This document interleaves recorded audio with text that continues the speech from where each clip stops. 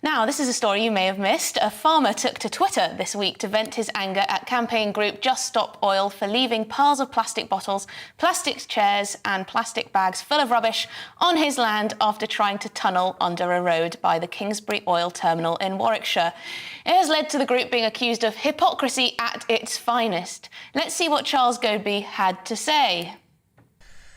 So here we are in the heart of the beautiful Warwickshire countryside, and yet if I look through this hedge just here, there's rubbish dumped everywhere. You can see what we've got: sleeping bags, plastic bags full of rubbish, liners, more plastic bottles, plastic chairs, more plastic chairs.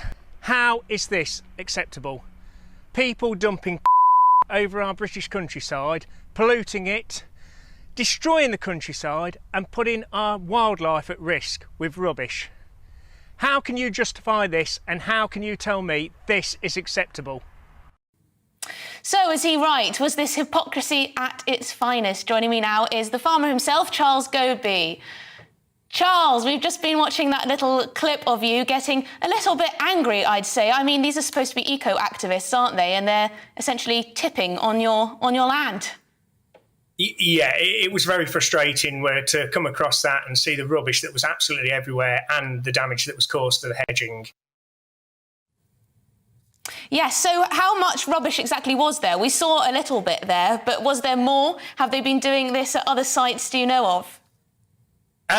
So this is the only site that I can definitely say that they've been doing it at. This is the only one that's on our land. And as you can see in the video, there's a considerable amount of rubbish.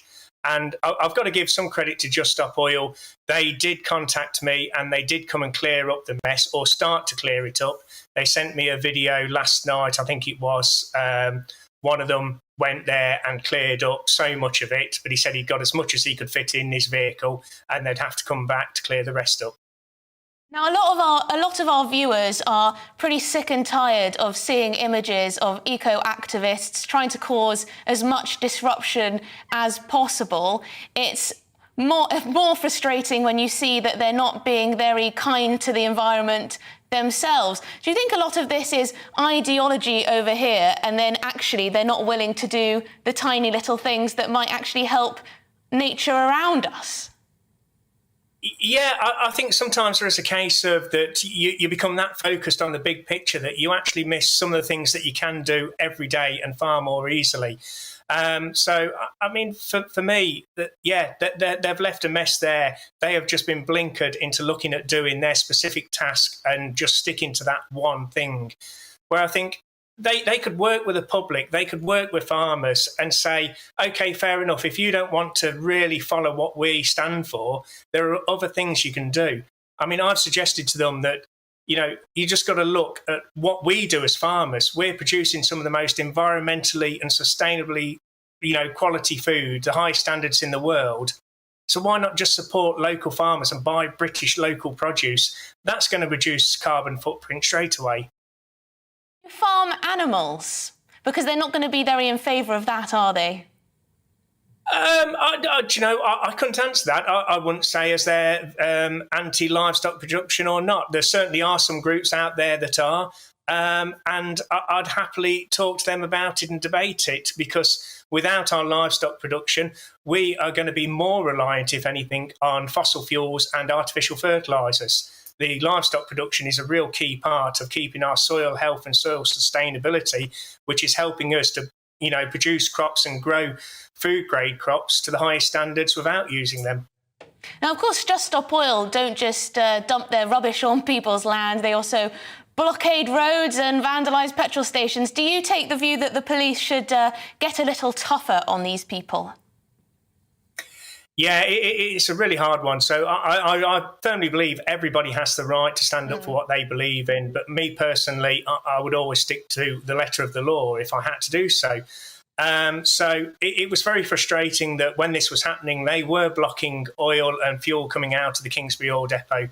And that had a major impact, not just on the oil industry, but every small and medium business in this area, including ourselves. So for us, it happened at a critical time when we were trying to harvest crops, harvest the food for our livestock to last us all through the winter months.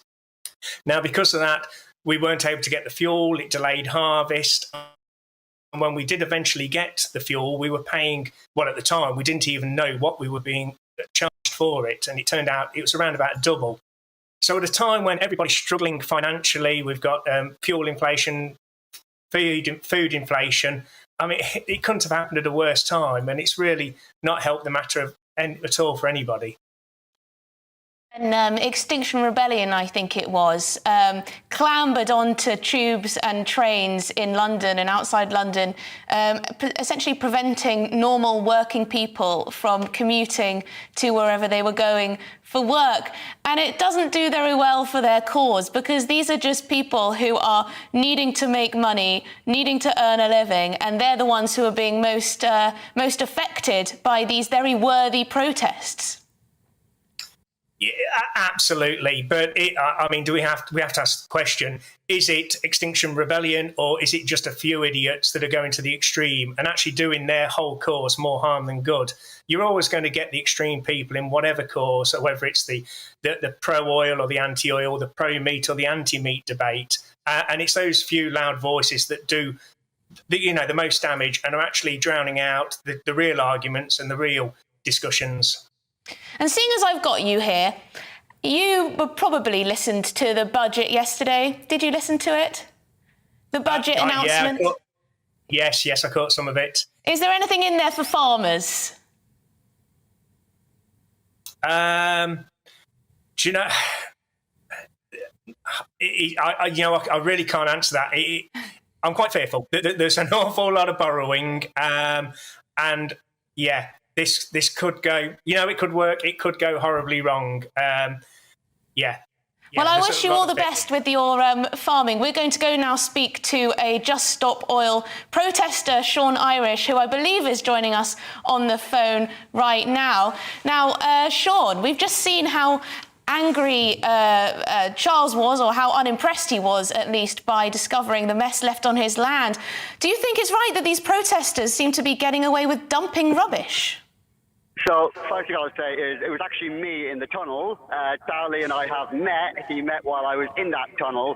So we apologise for the mess that was left behind. Obviously, in a situation like that, what happens is we get arrested, we take away as much as we can, and the police take everything else. It's the usual process. I was very happy to find out when Charles called us to go and clean up the mess, because it meant all of the stuff that was left wasted, like water, unopened bottles of water, food that could have been given to the homeless, the starving, during a cost of living crisis. The police had left littered all over the place. Empty McDonald's cups, coffee cups, all these things the police had left behind. I was thinking, God, this is disgusting. So I went back, cleaned it up. We're going again on Sunday to replant the trees. But the main thing we need to talk about is what's actually happening right now. The government is bringing through 143 new fossil fuel licenses and expeditions. This is what's concerning people. This is why people like Just Stop Oil are taking action. So absolutely, we'll clean up our own mess, but will the government clean up theirs? Sean, we need oil and we need gas, unfortunately, in order to keep our economy going. What exactly are you trying to achieve by blockading things and tunnelling in places? You essentially want there to be absolutely no oil used in this country and presumably around the world. Do you know what impact that would have on our economy and our standards of living? We've been on your show loads of times. The demand of Just Stop Oil is that the government immediately holds all new fossil fuel licenses in the UK. Of course we know that we can't stop with oil immediately. The phone I'm talking to you on was probably delivered with oil. We are aware that we need it right now. The inventor of the light bulb worked by candlelight. We are talking about investing and moving forward. We cannot continue the way we are. The last time I was on Charlie's farm, it was 40 degrees and his farm was bone dry. It was unworkable due to the heat, and that's what we're going to see more and more of, which is why we're encouraging people to get involved with groups like Just Stop Oil, to come down on the 1st of October and challenge this government on its genocidal policies that will lead us to destruction. The government aren't looking for more supply of oil and gas because they want to destroy the planet. That is not the ambition here. The problem is that we don't have enough supply of energy, and they need to ensure that we have energy security domestically. We have 8 years of reserves. These new fossil fuel licenses will be granted to private companies. They will give no security to the British people. If France offers 50 pence more for a barrel of oil than England will, they'll sell it to France. It's not owned by the UK people. It's not guaranteed by the UK government. They are private companies, but taxpayers paying for it. Why are taxpayers subsidising billionaires while there are people who can't afford their heating, while people are going to go cold this winter? We are subsidising billionaires. Why is that fair? Why do you think that is what the UK government should be doing right now during a cost of living crisis? Well, I think what the government needs to be doing is to secure as much supply as possible, as quickly as possible. And every molecule of gas that we get in this country is one less that we have to import from elsewhere, often from regimes that are deeply authoritarian and often despotic. So I think if we can get it from here first, then that's to the benefit of all of us. But that's not even true, because again, they're privately owned companies. They will sell it to the highest bidder. Just because the gas is produced here doesn't mean it'll be used here. It'll be gone to whoever pays the most for it. It does not secure British economy. It does not secure the British energy system. What we need is green, renewable energy, solar power that's produced here, wind that's produced here, British jobs for British people working together to actually have a strong economy, not privatised companies. You must at least be happy that the government are showing signs of wanting to liberalise planning so that, you know, more solar farms can be built or more wind turbines, as well as the shale gas exploration. We can do all these things at the same time. Surely that's a good sign too. You're talking about having your cake and eating it too. Unfortunately, fossil fuels are killing us. They might provide us some limited protection now, but I guarantee you, Charlie will not be able to continue to farm at 40 degrees every single year. His farm will wither and die unless action is taken by this government. And as you've seen in the latest energy reports, there's not a lot in there for farmers. There's no protection for farmers like Charlie. You know, it's going to get worse. It's going to continue to get worse. We're looking at the largest cost of living crisis in decades. And right now, this government is giving more taxpayers' money away to billionaires. Thank you, That's Sean. why we're saying the 1st of October, get down to Westminster and march with us to demand the government takes action. Yeah, Charles, are you still there?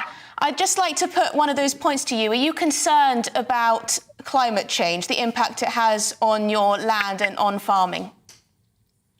Yeah, and every farmer is in the country. At the end of the day, farming and agriculture is one of the first, sectors that's going to feel the impact, and we already are feeling the impact of climate change. So we are looking at ways of doing things better, reducing our carbon output and being more efficient. But at the end of the day, we've got to remember that we have got to produce food for people as well, and people are going to want the highest quality, the best food that they can get, but they're going to need it at a price that's affordable for everybody. Well, that's the thing. We have these lofty ideas from Sean about how we need to save the world, and you're the one who's actually implementing things in your farm to try and reduce your carbon emissions. So I think that's good, and I think there has been a little bit of hypocrisy. Thank you very much for your time, Charles, and thank you very much for your time on the phone, Sean Irish, as well.